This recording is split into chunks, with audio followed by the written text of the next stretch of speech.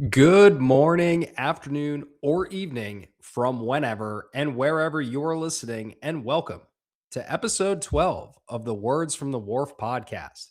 I am your host, Jage, and today I sit down with Ben Ranieri from Sea Level and Dane Gonzalez from Locked On Mariners. In our talk, Ty, Ben, and myself will dive into the first quarter of the season, where we think the team stands, and what we expect moving forward, while also diving into your questions you asked to us on social media over the last 24 hours. So, with all that said, let's get to work.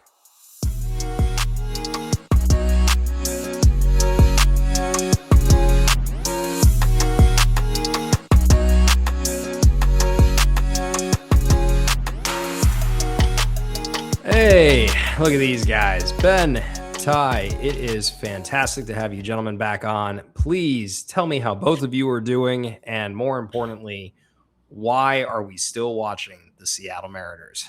Gentlemen, your thoughts. Because we hate ourselves. Well, it's Ty's job. Yeah, that's true. Because I hate myself. But yeah, it is my job. I question that every day. You think after so many times looking yourself in the mirror that maybe you would do something about it, but no, I'm still here. 6 years later. I'm doing well though. Hey, they won today. So I mean, very predictably won a series against the best team in baseball after getting swept by the Kansas City Royals. First series loss by the best team in baseball is due to your Seattle Mariners, as we all expected. Ben, did you get a chance to watch any of the game today? Yeah, actually, I followed it a little bit. I probably won't be. I think I kind of know generally what happened. I was able to watch the last 2 innings, but sounded like everything went well with Woo, which is great to see. They're great to hear about, I guess. And yeah, I'm familiar with what happened today, especially after just doing a quick recap on Twitter. People are angry. Good. What else is new? But angry but happy, it seems like. It's kind of the vibe. Yeah, I think that's kind of been the vibe we've been dealing with as a whole here for the last couple of weeks. I think it's the conversations we've had about the 1 step back, 2 steps forward, 3 steps back, 1 step forward. I mean, this team truly has not been able to get out of first gear. So the reason we wanted to get together here is to obviously talk about where the Mariners stand here at 18-20, which is currently roughly 2 games short of the quarter mark of the season. Gentlemen, let's start with you, Ben.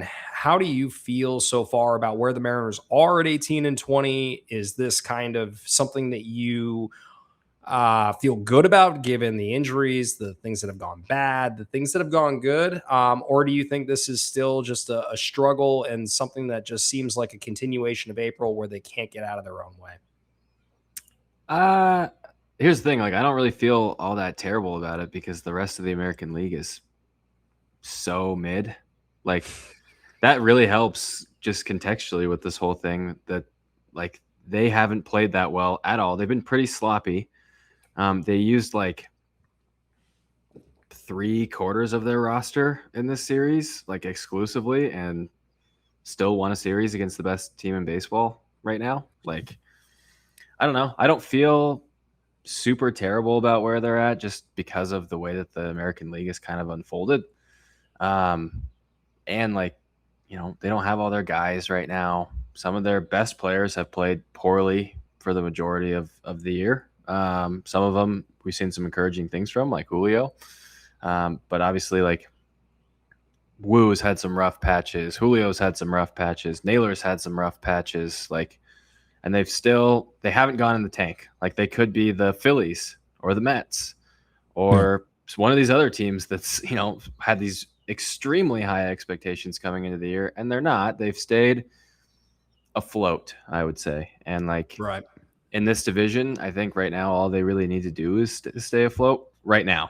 Obviously, the expectation is higher, but like, zooming out, I think there's a lot of good things and a lot of not so good things, but I'm not super concerned with where they're at right now. It's not always fun to watch, but not super concerned all the way around.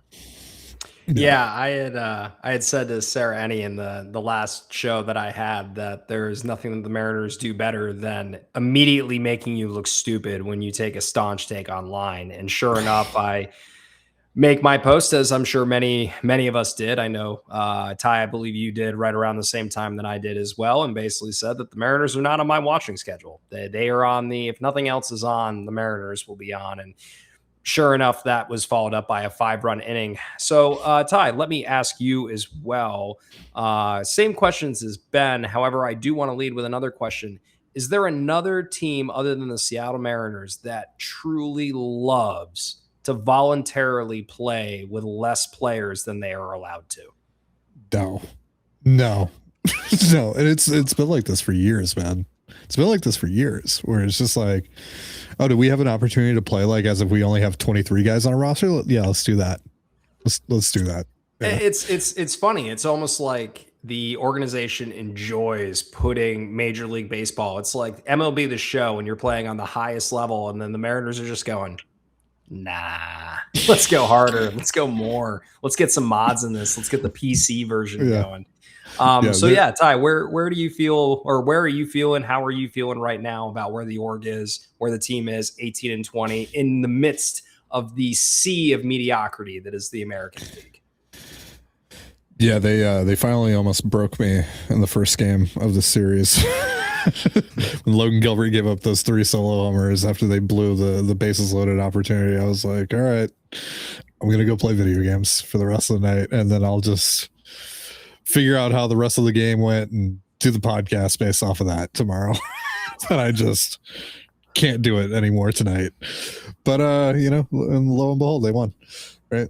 I feel like this team needs me to be like, it needs me to crash out. Like, it needs another, like, they have to sell tweet out of me, and then they'll win like 18 of their next 20 probably. So but I'm not fully there yet. We'll see.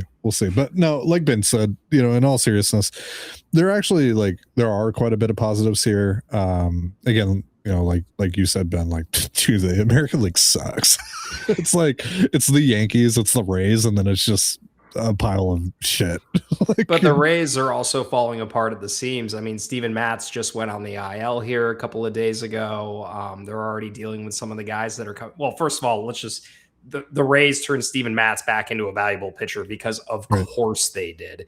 But even with the Rays, I mean, you look at the team on paper, and I mean, I don't remember off the top of my head, but didn't they do this whole song and dance last year as well? The Rays started off the season well, and then I think a couple years ago, I think they do it like every year. The year where they remember the year where they won like their first 16 games or whatever. They were like 16-0 or 14-0 or something. I forget what it was, but yeah.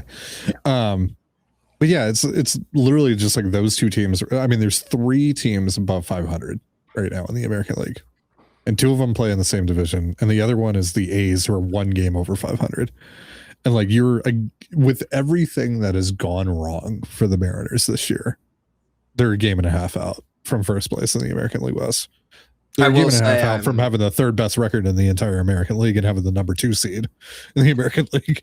So I will say I'm glad that there are probably no Astros fans that actually listen to this podcast, because I do think that the Astros may have something to say about all of the bad things that have gone wrong. But I would also argue that the Mariners had a different set of expectations, at least from their fan base, than I think the Astros fans did this year. Yeah. But yeah, it's like they don't really have much of a hole to dig themselves out of, thankfully. So there's endless time essentially to fix this. And look, like Ben said, like, some of your issues, like, you can actually turn into positives because it's been, some of your best players like Cal. I wouldn't really throw Julio in there, because really outside of the first homestand, Julio's been fantastic numbers wise. The defense is a problem, and maybe we'll talk about that a little later. He's been very bad defensively. And that kind of leads me to what my overall concern is with this club. What is their identity? I don't know if they have one.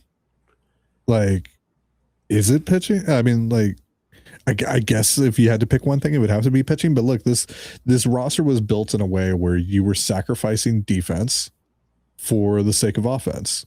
You were only plus at two positions, center field and catcher. And center field, you're certainly not plus right now.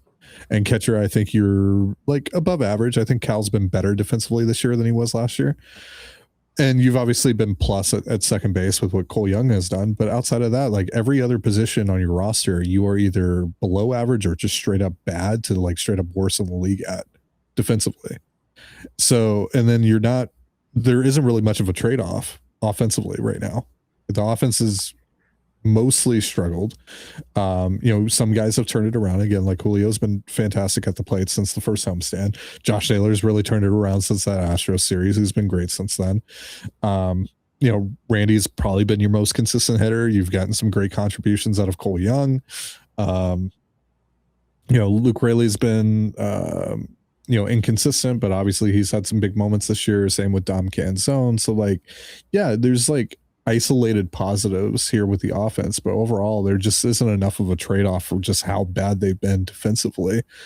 And then there's obviously like in the pitching staff, there's like what Ferreira is doing right now. Like that's a huge positive. What Emerson Hancock is doing right now is a huge positive. Brian Wu outside of the last, two starts against the Cardinals and the Royals has been great. And he was great again today. George Kirby's been really good. But then you got the injuries, right, to the bullpen, and who knows if what's going on with Gabe Spire. Left shoulder inflammation is a very scary thing, right? So like we don't know how serious that's going to be. You're down Matt Brash right now. Hopefully you're able to get him back soon. And then Andrés Muñoz obviously hasn't looked like the Andrés Muñoz we know and love. Luis Castillo has been a problem. Logan Gilbert still can't get through 5 with any sort of consistency right now. So there's still like, I don't know. There's like a lot of isolated positives. There's also a lot of issues with this club, and it's hard to really gauge like who they are and what's ultimately going on with them. Like because again, it makes sense why they're so inconsistent right now. Why it's like this one step forward, one step back type of thing, or one step forward, 2 steps back type of thing right now with this club, because that's kind of like the imbalance of this club as a whole right now. Yeah, I think my biggest concern, I think, of all the items that you kind of talked through, obviously the defense. The defense is significantly concerning. Oh, Ty just accidentally dropped. That's okay. He'll be back. But the difficulty is that the actual defense has been incredibly difficult to watch. And what's more concerning is there's really no solution. There's really no fix, unfortunately. Brendan Donovan comes back and plays third base. You have to hope that his continued time there will be valuable and useful and continue to see development and growth. Julio's just got to be better. I don't know what's going on, Ben. Maybe we'll talk here and dive into it a little bit about, what potentially could be going on with Julio. But the problem is he's just been bad. And I don't think there's really any justification other than he's just not playing the way that we've been used to seeing him. It doesn't feel like he's hurt. It doesn't feel like he's banged up or anything. It looks different. Ben, what have you seen from Julio in terms of his defense? What issues have you seen? Yeah, it's been weird. There's been a couple where it's just like you just absolutely cannot have that happen to you. Like there was 2 plays in that Kansas City series that were extremely, extremely impactful. That's just like a technical thing. Like I used to talk about this with Mitch Haniger. Mitch Haniger was never a technically bad outfielder. He was actually like fundamentally, like when I'm looking at an outfielder, like he did things really, really well. Like his footwork was really good and stuff like that. He just didn't have range near the end. Like he just didn't have that gear anymore. Julio has had a couple, like the ball that Salvador Perez gets to second base on, that just absolutely cannot happen. It just can't happen. The ball that gets through his legs just can't happen. Like stuff like that, I think is obviously correctable. And that's just like, you gotta get that ironed out. It's just, you can't have that happen. I don't know. He looks.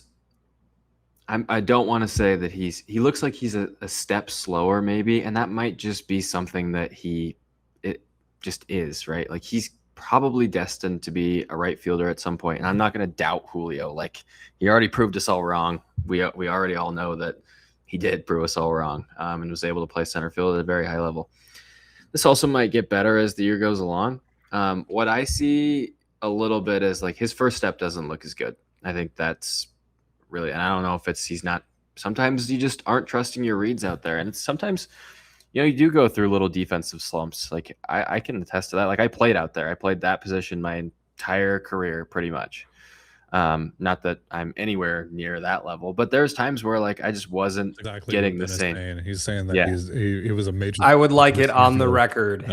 Yeah, I would like it on the record that Ben said, I am Julio Rodriguez. And I would be an upgrade. Yes, right, that's right. exactly what I said. That is right. Clip that. We'll put that on a short. We'll also can't wait for him to call me out. We'll also throw up Ben's baseball reference page on the screen. Oh. That's right. That's right. We'll go get my producer. Will make sure all of that comes through.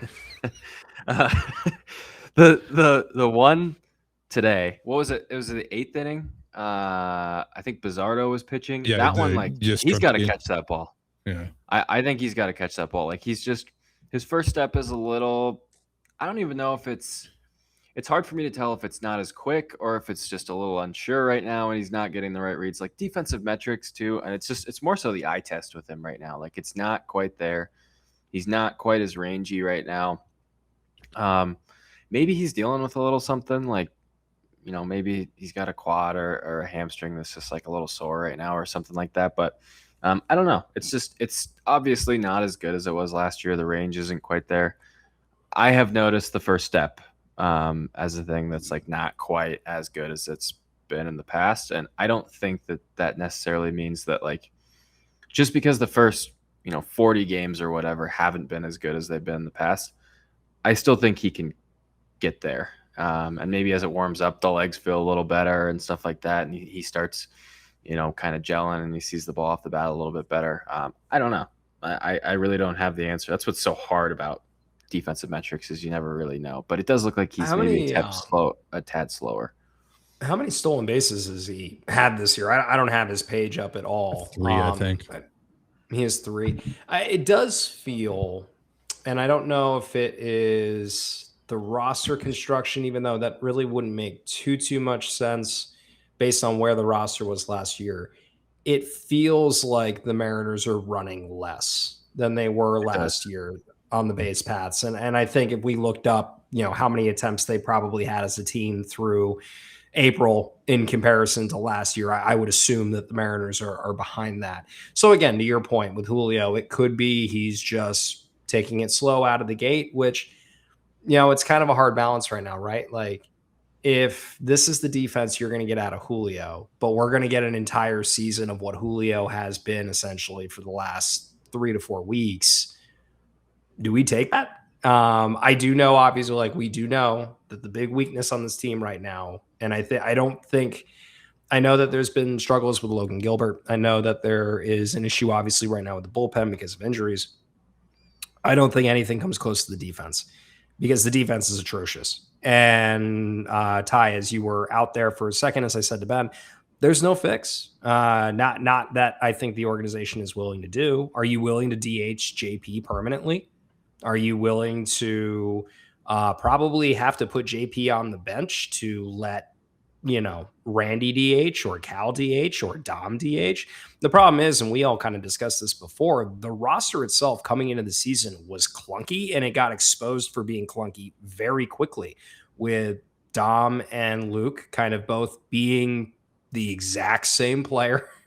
Luke's a little bit better defensively, clearly, and the organization clearly trusts him a little bit more than they do with Dom in the outfield, but they're the same player. And it doesn't help that Ref Snyder has not panned out so far and he's struggling. It does not help that Victor Robles got hurt.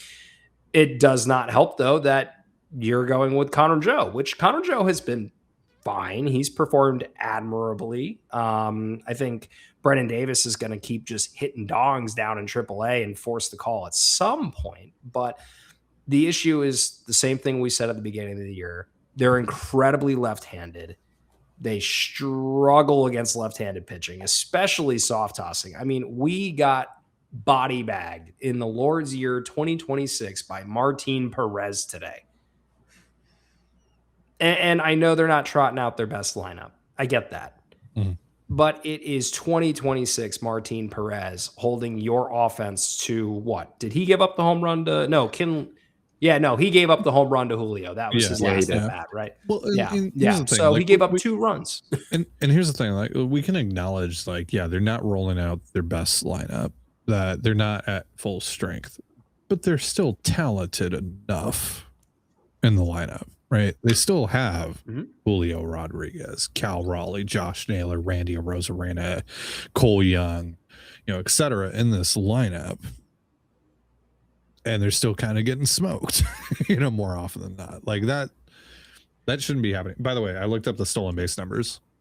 So this is before today, obviously. So through 37 games, they have attempted, I believe, I just lost it, but I think they've attempted 39 stolen bases. Last year, through their first 37 games, they attempted 55. So. Ooh. Yeah.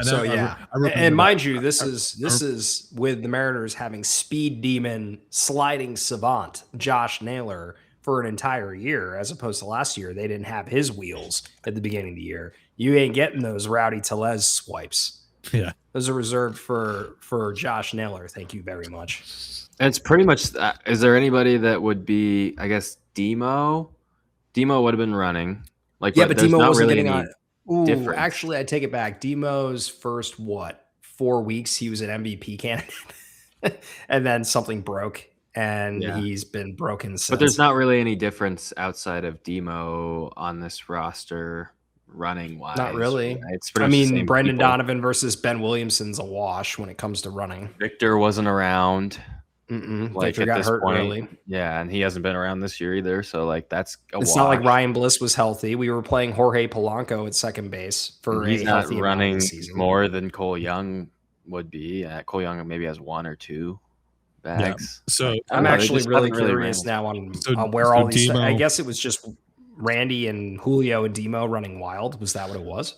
So Demo over that same stretch that I was looking at had 13 steal attempts. He stole 7 times successfully and was caught stealing 4 times. Oh, yeah. That's 11. So 11. Sorry, 11. 11. 11. I was going to say that the math ain't mathin'. Yeah. I mean, that's significant. That's a significant chunk there. It is. And I will say, and I think, and this will kind of lead me into my next question here. I have seen there have been folks that have been getting a little snippy about Leo Rivas's inclusion on the current roster, and honestly demanding certain players from AAA to fill his role, specifically one Brock Rodden, not necessarily even Colt at this point. Does anyone want to take this here real quick and explain why Leo Rivas is on the roster and why Brock Rodden isn't? I mean, well, I would say first and foremost, we've gotten overexposed to Leo Rivas, right? And that's, heightened the issues, right? Go ahead.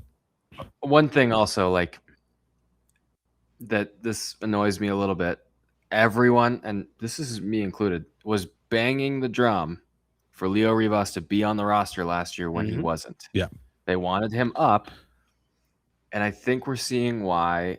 I think Leo Rivas is a bench guy that's getting overexposed as a starting player, and that's what happens when you have injuries. Yeah. But everyone, was banging the drum for him to be up on the roster last year, and he wasn't. And now we're seeing part of the reason why, because he would get overexposed in these situations. Yeah. There's 2 pieces to the Brock Rodden question. Number one, the reason Brock Rodden is not on the team is because, quite frankly, this is the Seattle Mariners. They are not going to chop somebody off of the 40-man roster to go get Brock Rodden, because even if they think Brock Rodden is, let's say, 10% better than Leo Rivas right now, they are not going to lose a player off of their 40-man to bring Brock Rodden on, because if I'm not mistaken, I do not believe Brock Rodden is currently on the 40-man roster. No, he was Rule 5 eligible. He did not get drafted. So That being said, when it comes to the he's Rule 5. I don't think he was Rule 5 eligible this year. Was he not Rule 5 last year? I don't think so. I think this year. I think he's got, yeah. I think he's got. Oh, so this will, yeah. So needless to say, he will be on the 40 man in the next, I would assume, in the next 12 months, because I do think that they will keep him. They probably view him as something between a Leo Rivas, Dylan Moore type. At a certain point, I do think they will make the swap. I just don't think they feel it's time yet. Yeah, and that's kind of the point, because once Brendan Donovan comes back, Leo Rivas does slide into the role he's supposed to be in, which is, in theory, a late inning defensive replacement for JP Crawford. Would not be the worst use of Leo Rivas's skill set either. That said, if JP is going to keep hitting dingers, I'm fine with him playing shortstop if he's going to OPS 800. That's okay. I think that's probably why they didn't make the move.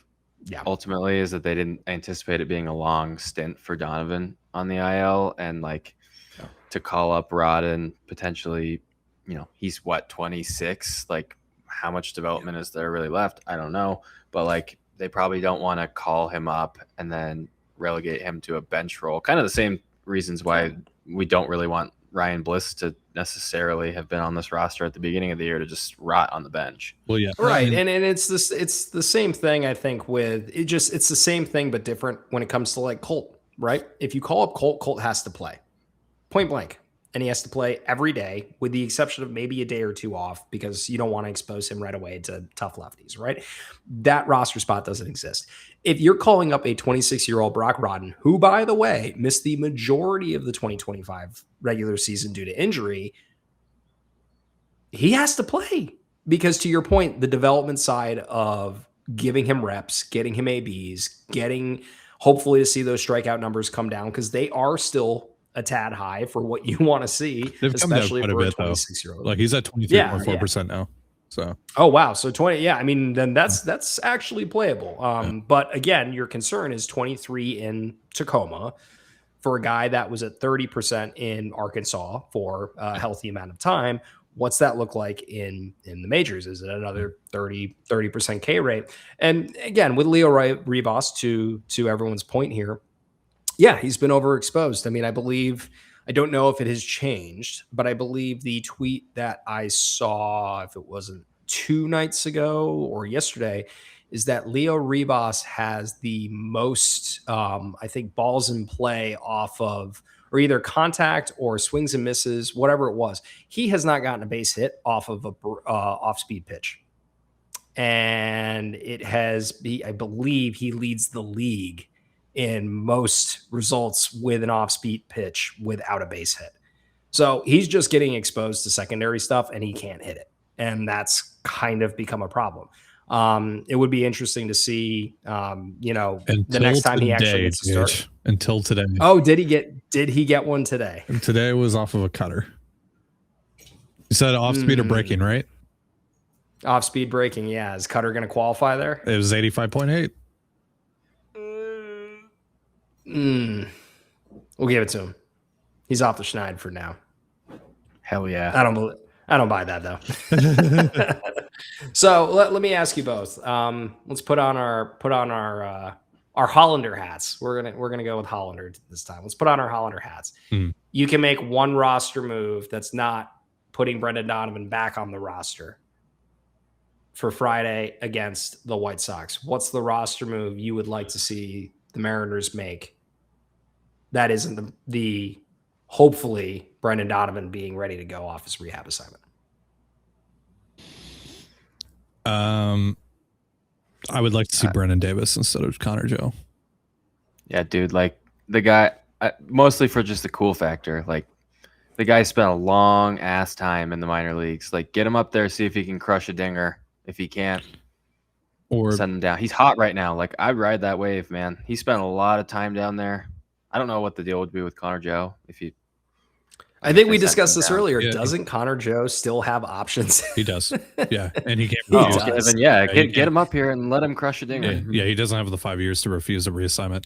So yeah, he's got one option left. It would also, though, that does come back to the Brock Rodden point, though. If you were to call up Brennan Davis, you will have to remove somebody from the 40 man. there are theoretically things they could do that would be very scary, but Aspire shift to the 60-day IL is, in theory, something that could occur.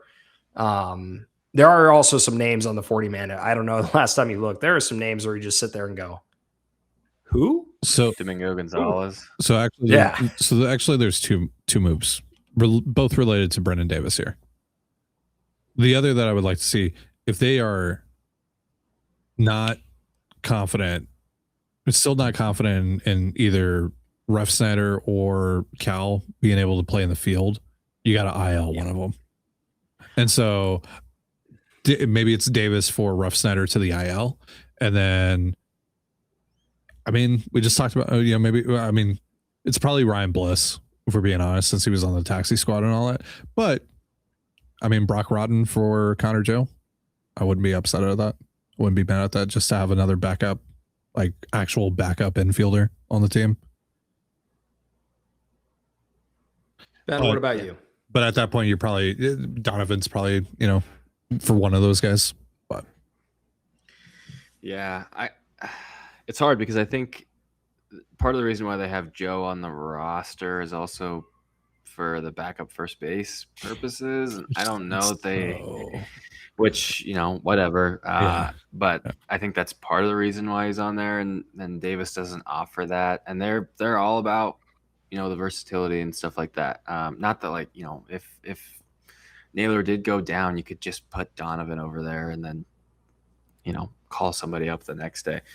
I think my roster move, it would be Brendan Davis just because he's riding the wave, and I like to see guys that have spent a long time in the minor. Remember when Leo Rivas came up the very first time, and he hit that triple off the wall? Like, remember how freaking cool that was to see a guy spent 9 years in the minor leagues come up and do that? Like, it'd be sweet for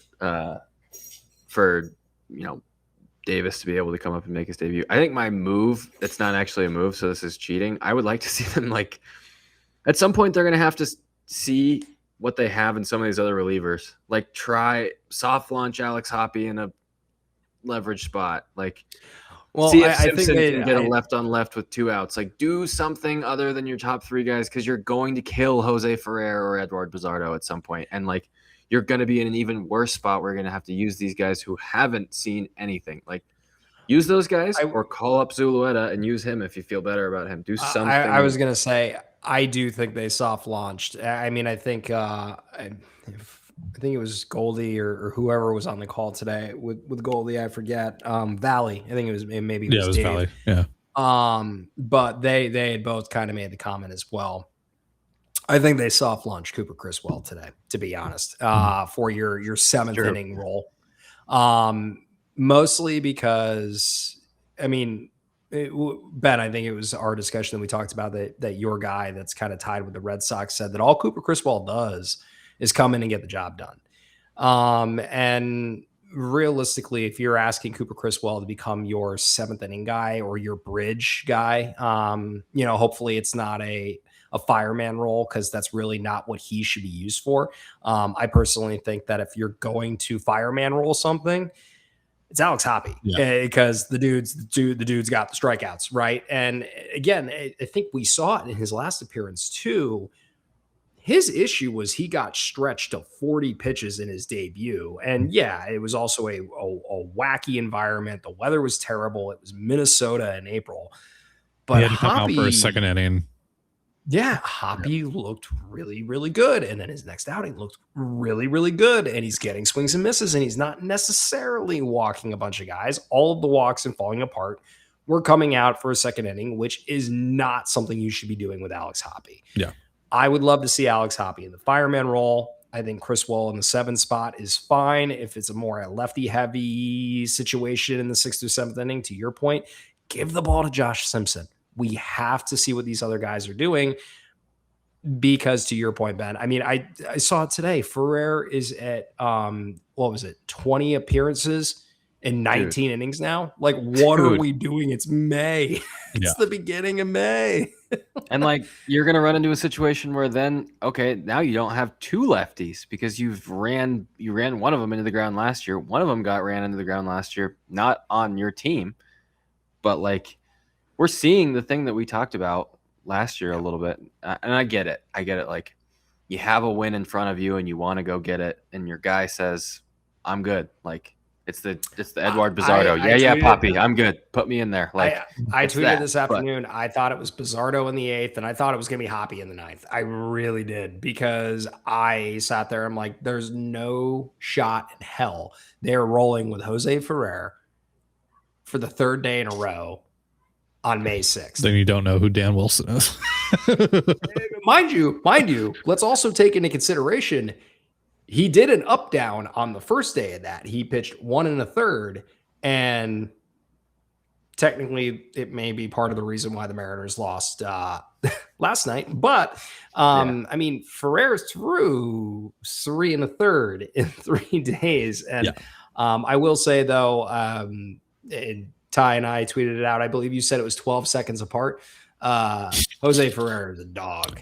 And I think that the Mariners are very, very happy with the early returns. I am very happy with the early returns. Yeah. I saw somebody else post about it or have a conversation about it.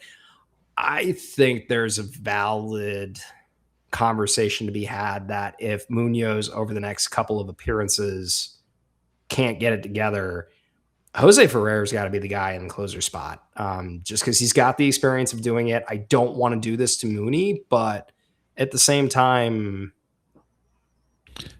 it's not great right now. The problem is Ferrer's like Dan's Swiss Army knife. Yeah, that's.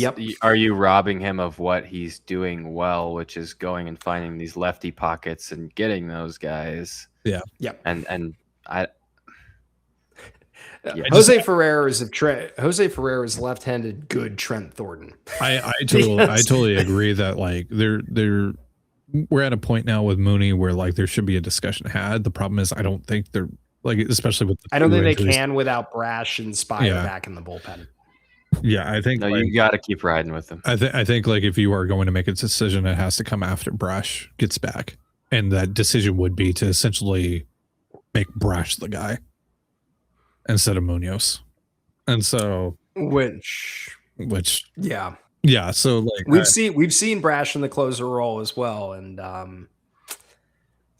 it hasn't gone well in past. Could be different now. By the way, I'm standing by Martin Perez's cutter being an off-speed pitch. 85. I'm just looking at it. I'm just like that's slider adjacent. That's an off-speed. That's an off-speed pitch. I actually think going to Muñoz, like, I don't know where we want to go next, but I'm going to Muñoz. Like, I actually feel like he's going to be all right. He actually kind of has some of the Logan Gilbert issues right now, where like his misses are so not close that he just puts himself in a situation where the hitter's like, this is going to be right down the middle, or it has to be, otherwise I'm going to take it. Like, he's not missing close. That's really the issue to me, and that's something that he's dealt with in the past that I think he will get fixed. And Olsen yesterday, like, that's that's a hell of a swing. That is a hell of a swing. Like, well, not to mention the fact that arguably you unfortunately drew the guy that is going to be the #1 contender for MVP against Shohei Ohtani with the way he's playing. I mean, and straight point blank, Matt Olson found the fountain of youth this year. He has been absolutely electric for the first 6 weeks of the season. So again, it's tough because it's like, okay, it's not, oh God, what was it? What was the really gnarly game-winning home run that Muñoz blew last year, and it was against somebody that does not hit home runs? Was it Adam Frazier? Willie Castro? No, I think it was Adam Frazier. No, but basically Adam Frazier homered off of Brash. Remember, was that? Oh no, it was Javi Baez. It was the Javi Baez. Oh, that was a couple of years ago. Yeah. Oh, was that a few years ago? Yeah. Okay. So it's it's not like when he was coming in to face Javi Baez and you give up the home run and you go, okay, this is inexcusable. It's Javi Baez. What are you doing? It's Matt Olson. It is one of the best hitters on the planet right now. Unfortunately, Olson put a good swing on it, and it is what it is. I had fallen asleep on the couch and woke up to him trotting around the bases, and basically was like, "Oh, this is terrible." Well, to me, it was less. Real quick though, like you said, that's an insane swing. I mean, there's another insane swing that someone had against Munoz earlier this year when he gave up a 2-run home run. That was Jay Slaughter, right? So he's also kind of just got a little bit. Yeah. Sorry to interrupt. It was more so to me. It was the at bat against, was it Dom Smith? It was just like 2 sliders that were totally non-competitive, not even close. Yeah.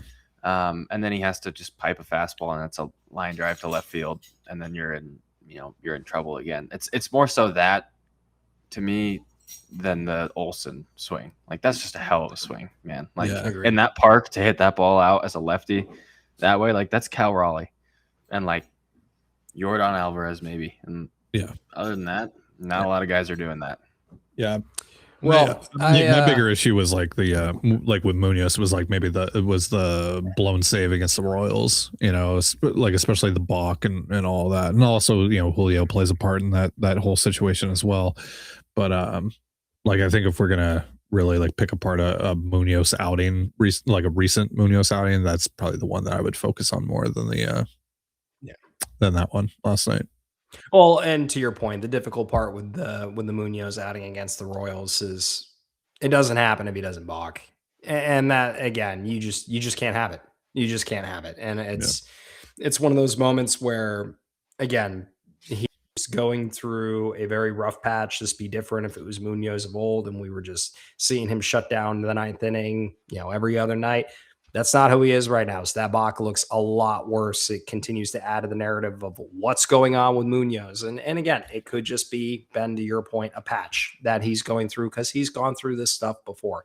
But especially given the injuries with Spire and Brash and the Mariners complete unwillingness to actually use the entire bullpen, he has to be great. And there's no in between here. The Mariners cannot win if he's not great. And that is going to become a problem eventually. Unless this offense wants to start scoring 6 to 7 runs a game so that we don't have to worry about throwing Bizardo and Ferrer and Munoz every single game. Like, we have to put ourselves in a position where Josh Simpson can pitch. We need to put ourselves in a position where we can have Davila coming into pitch where it's not a blowout where we're losing.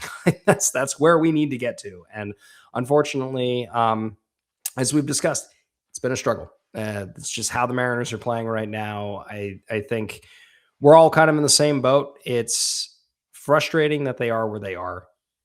It is incredibly fortunate for them that the entire American League is horrific.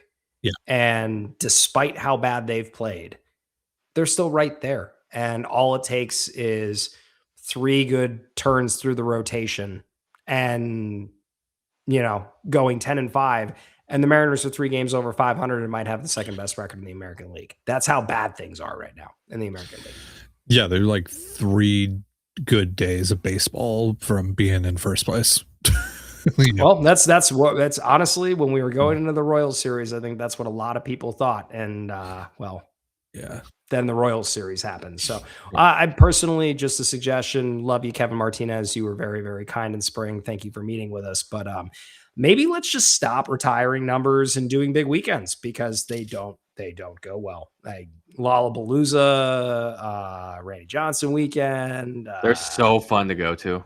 But I'm sure. But it has God, been the team just tough. Every single time, it's just a long, wet fart. There's just nothing that this team can seem to do.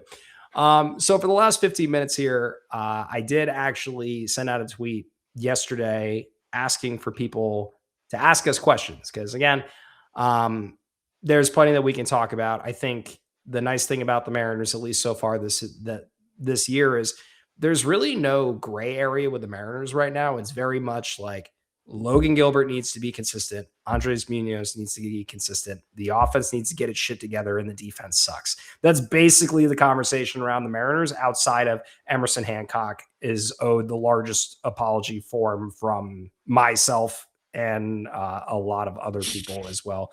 Emerson, if you're listening, You're right. I was wrong.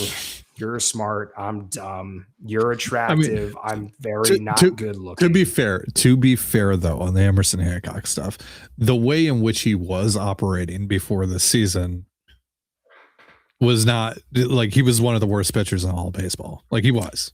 He completely reinvented himself Yes. with a new arm slot and found a death frisbee Yes. mid last season that he started deploying in a reliever role. And again, kudos to him for finding that. But yes, the 2025 iteration of Emerson Hancock was benched in favor of Logan Evans, which nothing against Logan Evans. Logan Evans might have to go through his own Emerson Hancock experience to prove to be a useful starter in the major leagues, because again, he doesn't get any value on his fastball and you can't throw 90 sliders a game. Yeah. It's just not something that is something you can hold up on. So let us discuss some of the questions that we received. We're going to go with the ones that were primarily on Twitter, but we are going to end with one that came through on Substack because it is probably one of the most unique.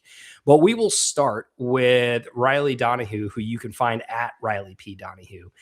He wanted to know, is a lefty masher a real thing, or is it just another mythical creature? Ben, are lefty mashers real? I don't know, man. Maybe I need to stop. This might be a toxic trait for me. I might need to stop just falling in love with and just hoping that one of these platoon guys is going to be good. Like, I think it's maybe just the last two. Like, I really wanted Donovan Solano to be good. I know Ty did too. I'm sure every Mariners fan wanted them to be good, but like we specifically wanted them to be good. Ref Snyder is a guy that I've heard so many good things about.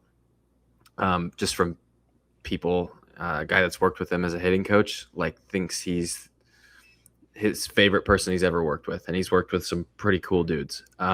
So, dude, I don't know what the deal is. I don't know if they just can't. Now I'm doing this again, but I think he's had some stop and start. I think there's been some good things. He's had some really good moments that have helped them win a couple games. I think he's had some hard luck at times. I am hoping like hell he's good because I've heard nothing but amazing things about him as a person, as a teammate. And I think it's obviously real. I don't know if it's real in Seattle, but it's real in other places because that guy was I think that's from the what's right difficult side. for me. I think that's what's like- difficult for me, right? Is like Donovan Solano didn't necessarily come off an Aaron Judge type year, right? And it's not like, AJ Pollock had this career of being a just an absolute demon against left-handed pitching. He was good, right? He was good.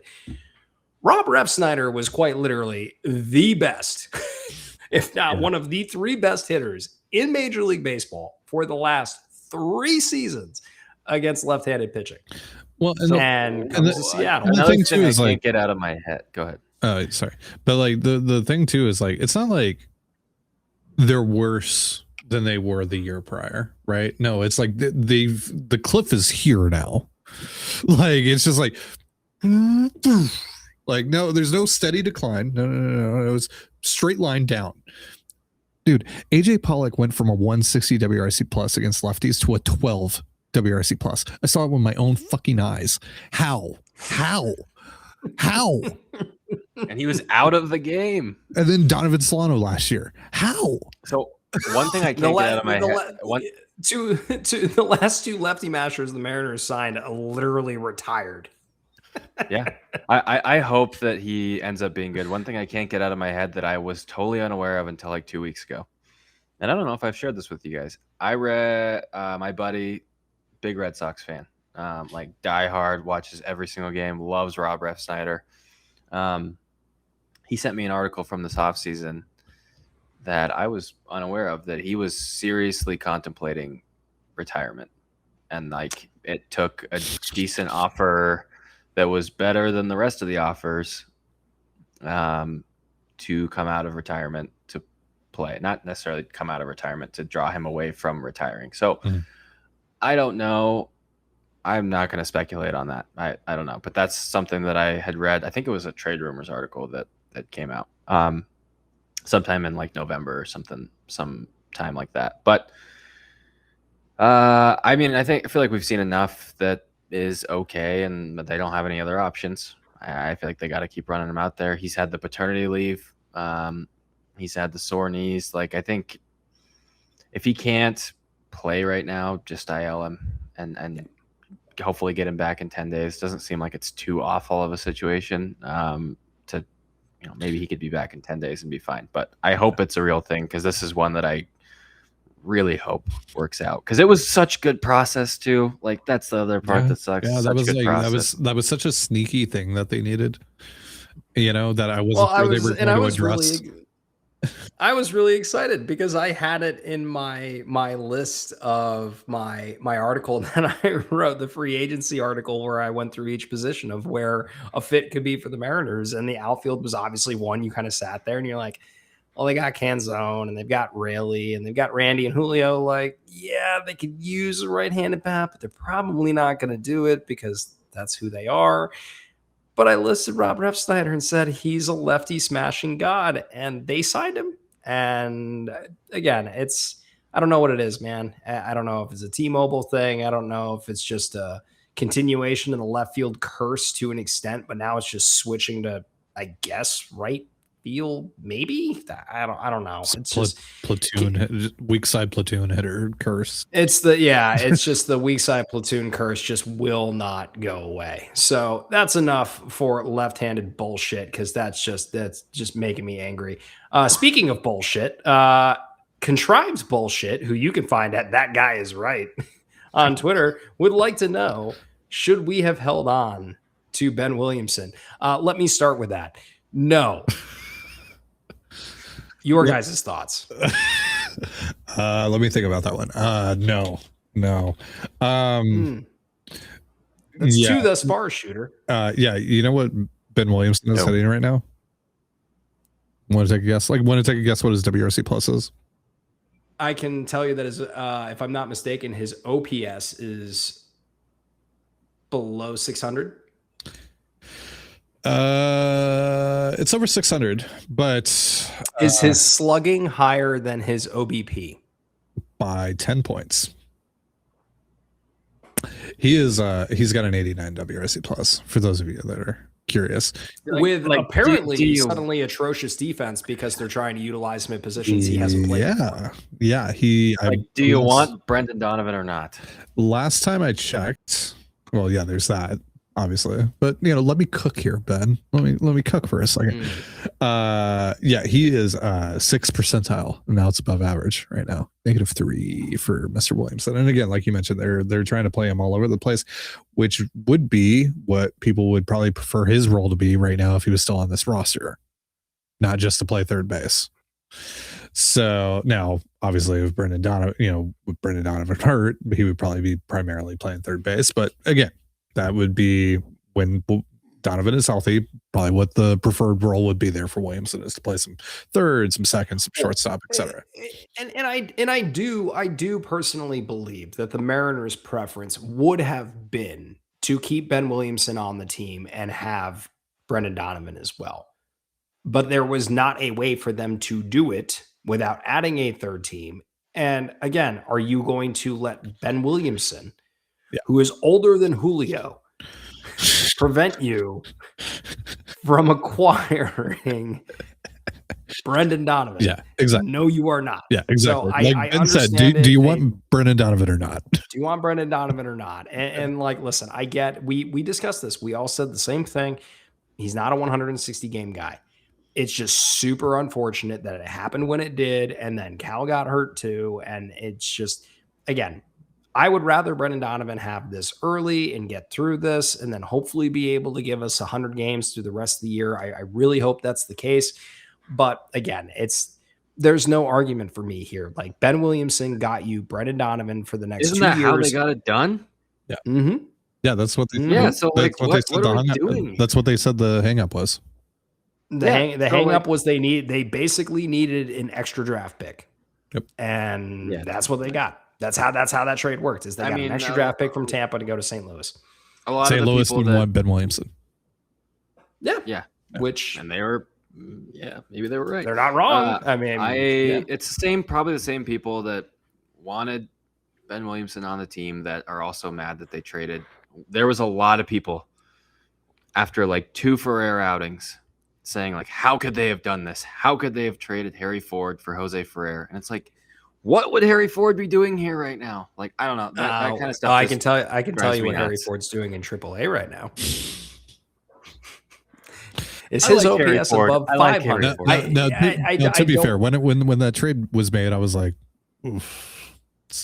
I do not want to speak ill will of Harry Ford because from all things considered, we're familiar with Harry as well as some of Harry's family. Harry would have been a fun person to have on the Seattle Mariners. I am very glad we have Jose Ferrer. I am also very glad we have Luke Stevenson, who is making me feel very smart from just the perception of I'm not a scout. I'm not some ball knower. But I am. I think to quote Forrest Gump, I know what love looks like. I know what good looks like. And I watched Luke Stevenson, and that's a big man who hits the ball very far and very hard. Yeah. And I said it to Ben as soon as I came away from that batting practice during spring training. Luke Stevenson's a dude. And lo and behold, Luke Stevenson has been a dude. So Ben Williamson third, right now, first percentile on barrel percentage, by the way. He's starting to pull the ball more, at least. There you go. Yeah. So Ben, your friend, very, very consistent contributor to the Sea Level podcast, Mariners to the Moon, would like to know, do you think that the Muñoz struggles so far this year have been mental, mechanical, or fatigue? Do you trust him to right the ship, or should the Mariners be seeking improvements for the closer role internally or externally before the end of the season? You could stop at closer role, just rip that part out. They are calling Philadelphia if they are not in the actual postseason race and they are trying to acquire Duran again. Yeah. That feels like the only thing that worries me about that. Will Dombrowski ask for George Kirby for Duran? We'll take Emerson Hancock. Emerson Hancock for Duran. Yeah. So, they will be acquiring a reliever. 100%. And if Duran is healthy, which he's not right now, but if he's healthy, or at least he came back. He's back. He was back, and they put him in a. I think it was a 9-run lead because they just wanted to get him some game time. He threw an inning. He had 3 walks and he 2 strikeouts. 27 pitches. I see it here. Yeah. Yeah, he was all over the place, but he got through the inning. If he's healthy, I think he'll be a Seattle Mariner. I do too, because I think that there's a very good possibility that the Phillies can't recover from where they're at. And I do think that the Mariners have pieces that make sense for the Phillies. And also, I think because Dombrowski's like a hired gun, he might just be like, fuck it. Like, honestly.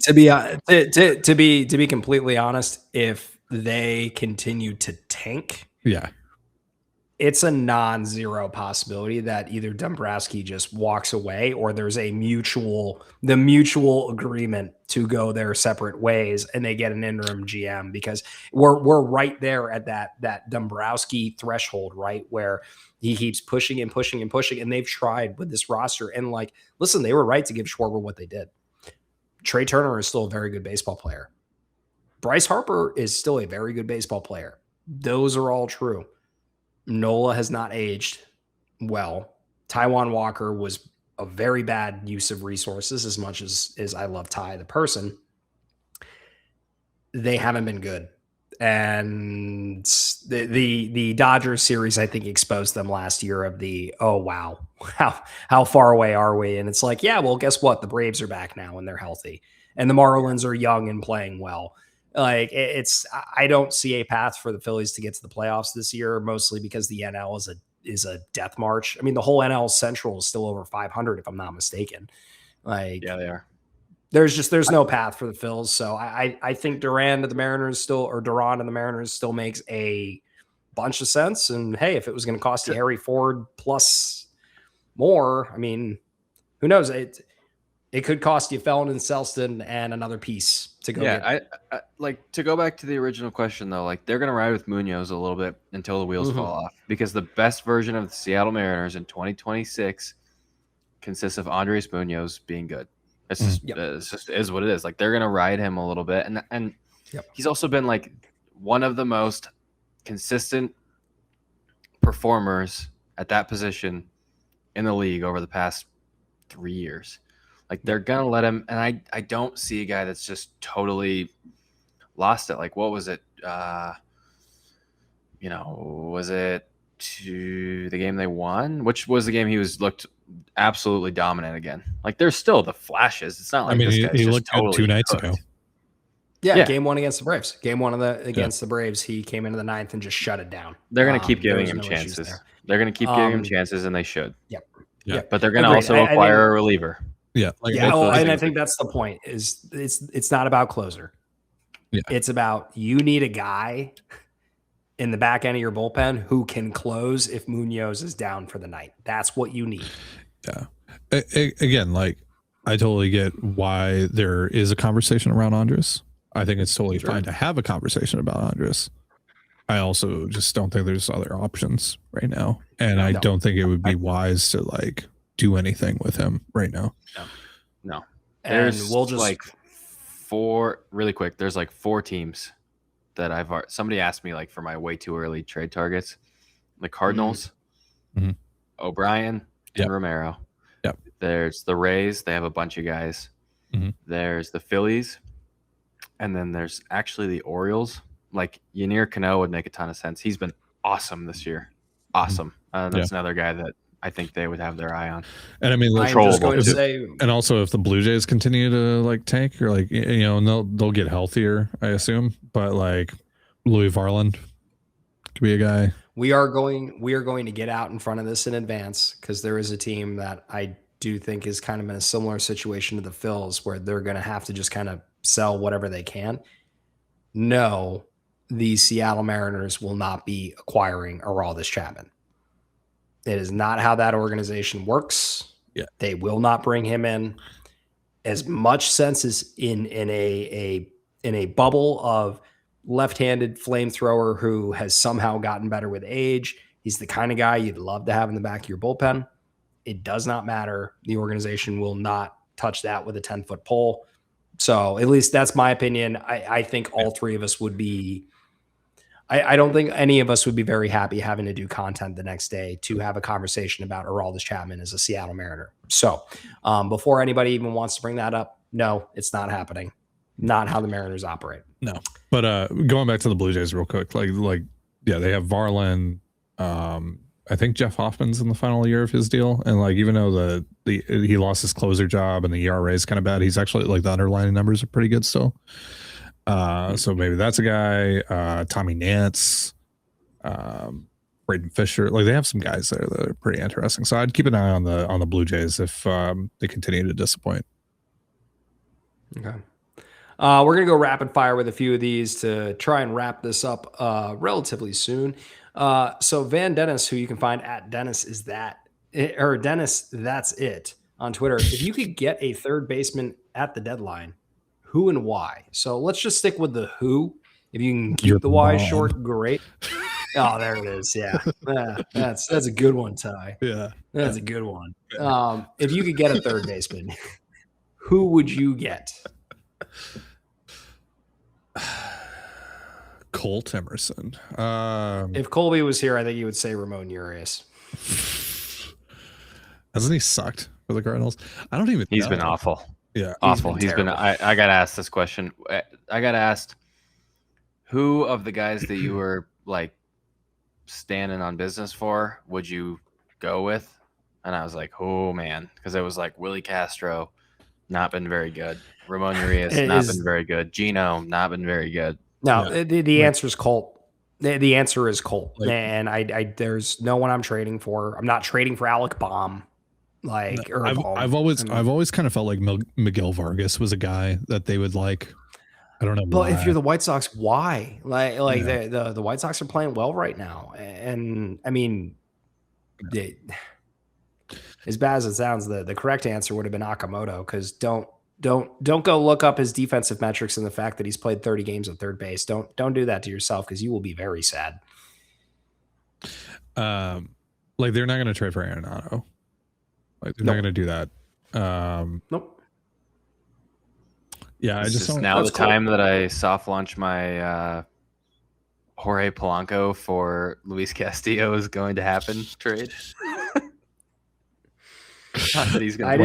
I didn't bring enough beer. Don't let him anywhere near third base though. I did not bring enough beer for that conversation. Though I do want to revisit that in a future episode where you come on as we're closer to the deadline, because I think there's merit. I do think there's merit, as you've mentioned to us before, but I don't think my brain is ready for that one yet. I don't even think Mets fans are ready for that one yet. That one will be, that one's rough. All right. The next question that we've got, speaking of Colts, from Tom G, who you can find at Mr. Tommy G Man on Twitter. Hypothetically, let's say the M's aren't enamored with Colts hitting in AAA. How do you handle that? You keep him down there. Keep him down there until you are enamored with it. Yeah. He's 20 years old. Yeah. I think he went 3 for 5 today, by the way, with a bomb. With a tank. Yeah. I mean, this is the time last year where Colt started to do it. Yeah. Like, there's no rush with this guy, and the fact that people want to just send him to the big leagues just to fix a problem that they deem to be an issue right now is irresponsible, in my opinion. Yeah, and to be honest, again, like listen, there's no benefit because you can't get the draft pick. You can't shift Brendan Donovan to second base because Cole Young is playing well. You can't shift Brendan Donovan to left field because Randy is playing well. Even if Randy were to DH, you could play him in left field, but then what do you really do there? So it's Colt will earn his way. Colt will prove he deserves to be there. Cole did this, to your point, Ben. Cole did the same thing because we had the same conversation after Cole got called up. We had the same conversation, I think, Ty, you and Colby did on Locked On about Harry, because Harry went on a run where Harry was just hitting the cover off the ball, and it was, when do we call up Harry? When do we call up Harry? Mitch Garver's terrible. Call up Harry. And it's like, maybe not. Just wait. But Cole did that, right? Cole basically went on a month-long streak where he was damn near OPSing 1,000 and, hitting 400. And it's like, okay, like, you got to bring him up. And guess what? Look what he did last year. He was great until the league got the memo. Mm-hmm. And then his last 6 weeks of when he was actually playing, he was atrocious. He couldn't play defense for probably injury related. And I'm assuming, I don't want to call the guy out for being out of shape as a 21-year-old, but very well could have been. He just wasn't ready for the major league rigor and the length of that season, which he very clearly made an adjustment, as we saw in spring. But even Cole came up and he struggled. Even if Colt comes up, the only thing you can sit there and go, pretty wholeheartedly agreed on what would be better, is defense at third base. Other than that, but that's not why you call him up. But you don't call him up for defense. Yeah, like he's not Ernie. You're not calling up Ernie Clement because like you're calling up a guy that Baseball America just re-slotted Colt at 4 on their top 100. I know that every group has their own rankings, but like, this isn't just a guy you call. To your point, this isn't Leo Ribas getting called up to be a defensive replacement. Yeah, this is a cornerstone guy you just gave $100 million to. Yeah, well, call him up when you think he's ready. And that's the thing too, right? Like, it's not just he's one of the top prospects in the game. No, now the Mariners have made a significant financial investment in this guy. Now it's even more important that they hit on him than ever. Mm-hmm. Right. So they have to be very, very, very fucking sure. And so, and you mentioned like Cole Young's, kind of journey to the big leagues last year. Like, Cole Young through the first month of the season in Tacoma last year had a 59 WRC plus. And then, slowly but surely started to hit and eventually earned his call up. He got called up. And Cole will do the same thing. I mean, he had a 184 WRC plus in the month of May, and then he got called up. I still look at the end of this month as the first potential opportunity for him to like actually get called up. I don't think the timeline has necessarily been pushed back yet.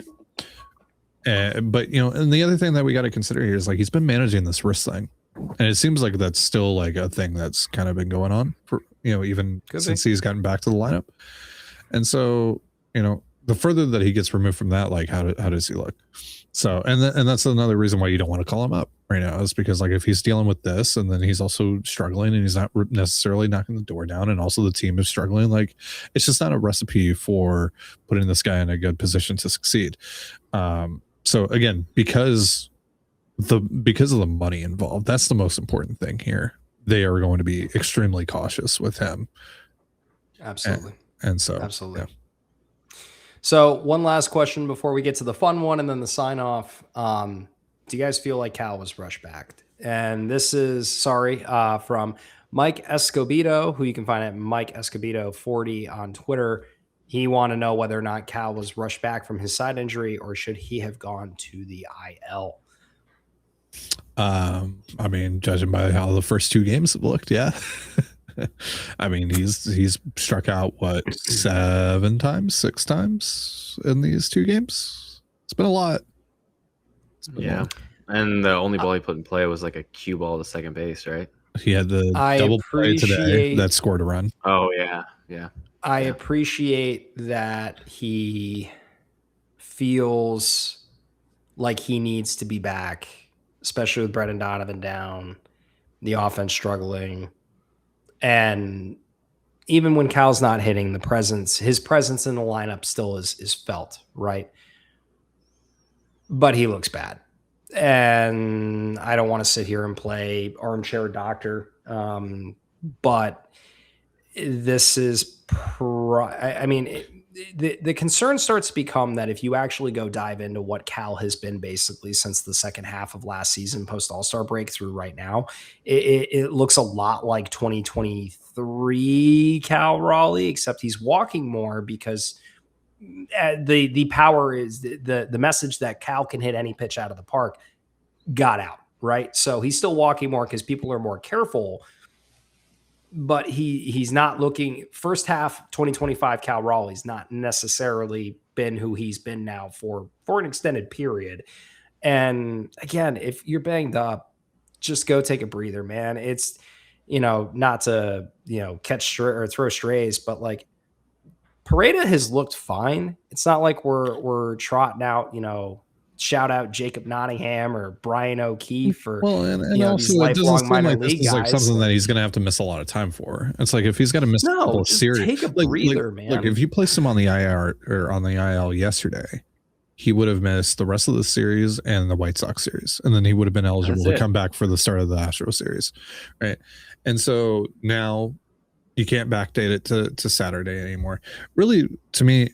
By the way, he struck out 5 times in the first 2 games since returning here.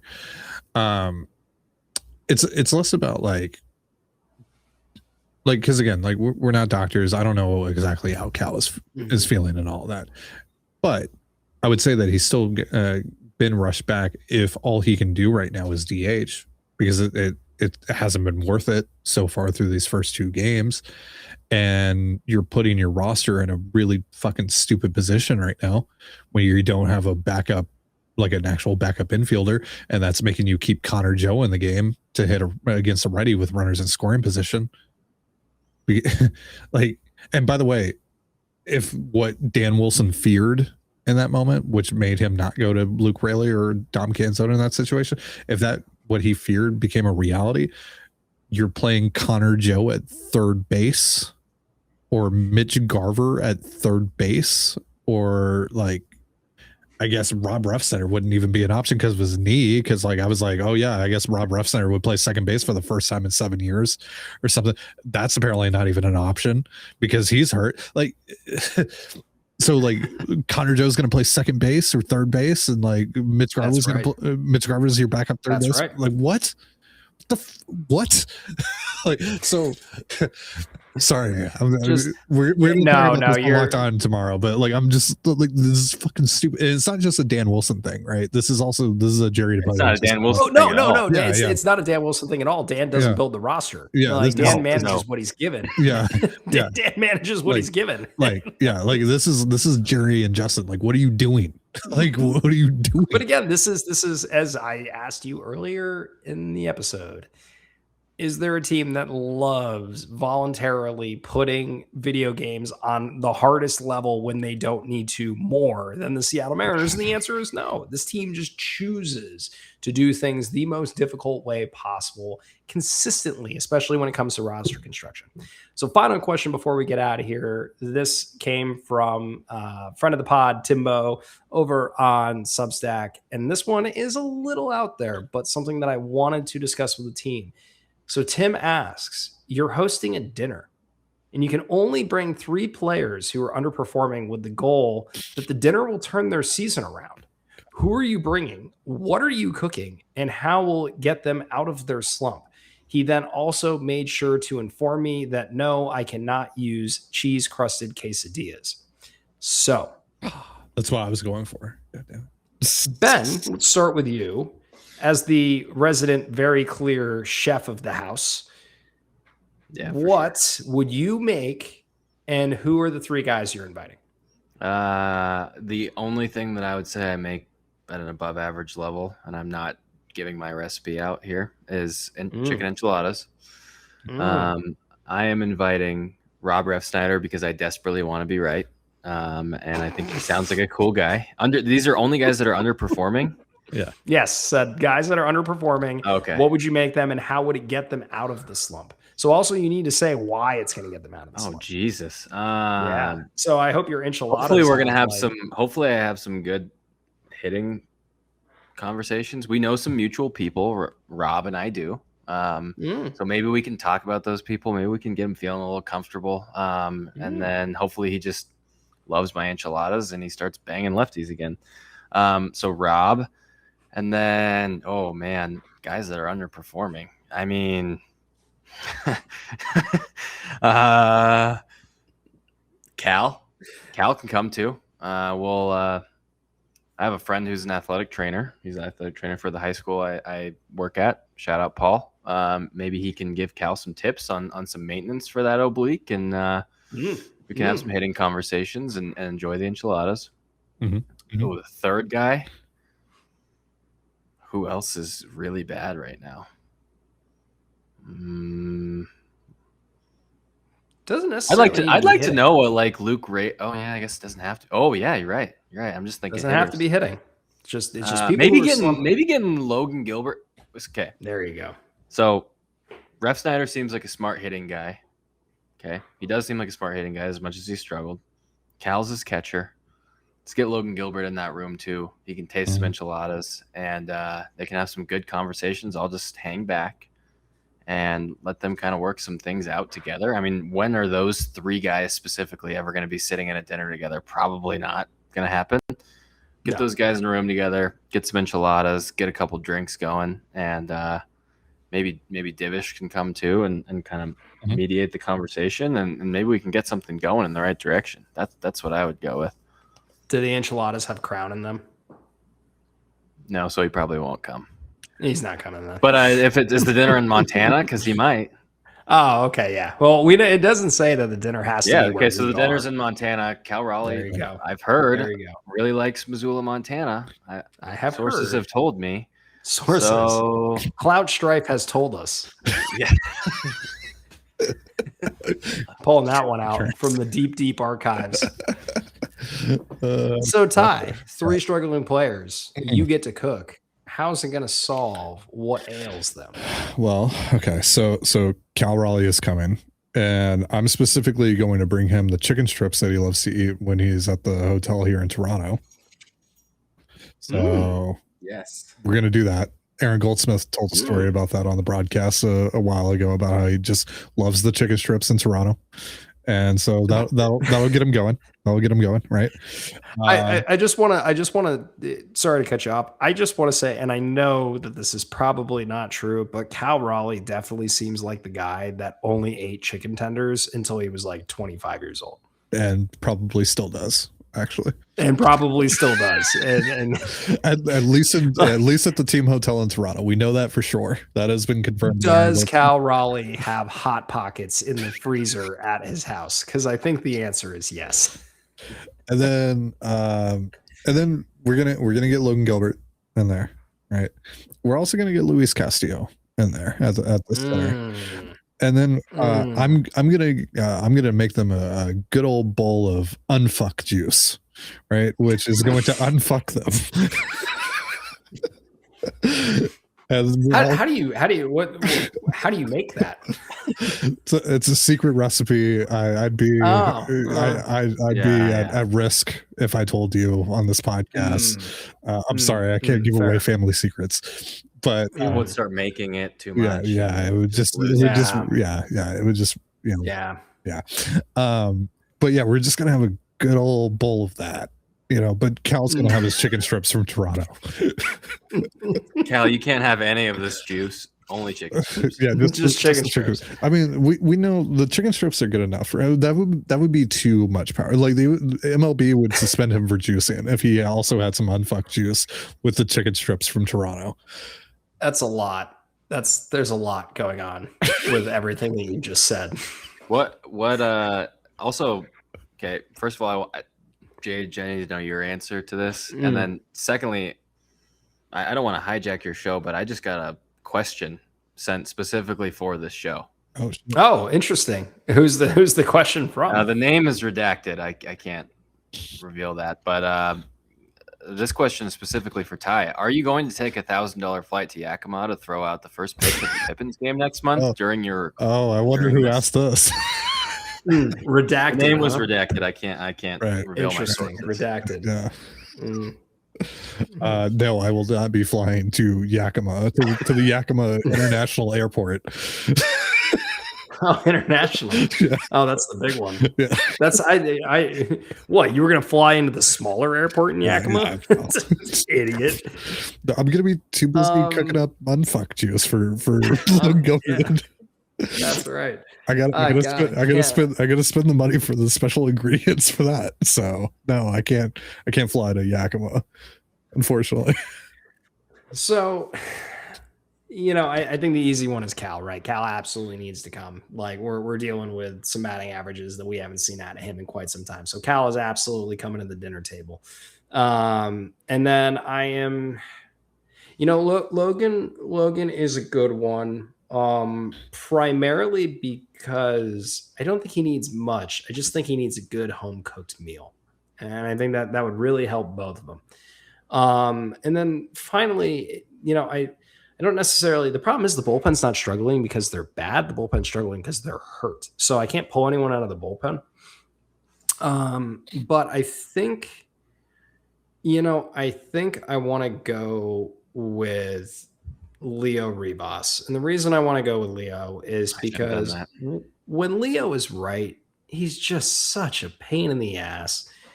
And for Leo specifically, I'm going to make him a nice lamb gyro, and I'm going to stuff it into a pita and feed it to him to remind him who he is. That is that one. You're going to feed it to him? You're going to personally feed it to him? Are you going to plate it or like? You made it sound like you were going to feed it to him, like you were going to hold it. You wouldn't? I mean, I was just asking. I'm just asking. I know. I'm offended that you wouldn't feed Leo Rivas. Who implied that? So for Leo, yes, he is getting a lamb gyro stuffed into a pita pocket to remind him of his skill set. As for Logan and for Cal, I'm gonna go with the Jick household recipe of slow cooker ribs that I do. Not slow cooker as in a crock pot slow cooker. I actually do them in the oven and they come out fantastic, fall off the bone, absolutely beautiful. And the beauty of it is I think it'd be a nice home cooked meal. I would find whatever, Carolina barbecue sauce that exists around me, and I would slather it in that and then allow Logan and Cal to mock me for, even though this is good, how dare you call this barbecue? I really think they would just perform better if they had a chance to just yell at people who talk about them online out of a mix of career, out of a mix out of hobby, out of a mix out of passion. I think they would just feel a lot better if they got a chance to look me in the face and go, "You're dumb, but thank you for the food." So I think that would be the way that I would solve it. Is I'm willing to be the punching bag for the Mariners fandom in order to allow our team's best players to perform better. And more importantly, we like Leo around here. It sucks that he's struggling. It is frustrating that he's not performing. He just needs to be reminded of who he is and, maybe hit a real off-speed pitch, not some bullshit cutter that technically qualifies as an off-speed pitch. Slider adjacent. I stand by. Slider adjacent. I stand by it. It is not a fastball. Not out of Martin Perez's hand. Fair. Not at technically, does Martin Perez throw a fastball? Because in theory, if anyone got a hit off Martin Perez today, it's probably off speed. Technically, he threw an 89-mile-per-hour four-seamer in this game. That's gross. Martin Perez is like the 100th percentile of what Marco Gonzalez turns into. That's literally what it was. So on that note, gentlemen, as always, thank you for joining. More importantly, I don't think I have to ask you where the folks can find you, but out of curiosity, if for some reason people are subscribing to my show, but they don't subscribe to yours, Ty and Ben, where can the folks find you at? Yeah, you can find me at the Sea Level Podcast on Substack and on Twitter at Ben Ranieri 10. I'm a small. Is that Ben 10? Was there a show about that? Yeah, I think there was a show about that. That's actually yeah. That's what I was inspired by. Yes, my name is Ben Ranieri, and thank you for your time. Yeah, my name is Dane Gonzalez. You can find me at I actually should probably know this, but I don't right now. LO_Mariners, Locked On Mariners. I'm the host of Locked On Mariners. There you go. Yeah. I have a co-host who's lovely. His name is Colby Patnode. Yeah, come check us out. It's a growing show. It's not quite the biggest Mariners podcast behind the Sea Level one, but it's getting there. So you'll get there one day. It's a growing community. Yeah, it's growing community. A lot of good support behind us. So, and my co-host is the man. So, I think that's. I'm proud of both of you. I really am. That was just really, really good. I'm glad that my producer has zero interest in editing this episode, and that these poor folks that if you have been listening at 85 minutes and 48 seconds, God bless your heart. You are just tremendous supporters of the show, and I could not thank you more for following. And with that, thank you, as always, for listening to the Words from the Wharf podcast. As always, you can find me on Substack at Words from the Wharf, or on Twitter and Blue Sky at the JH page, or at the JH page, and on Blue Sky at JH@wordsfromthewharf.com. Until we meet again, this is JH wishing you fair winds and following seas. And as always, go Ems.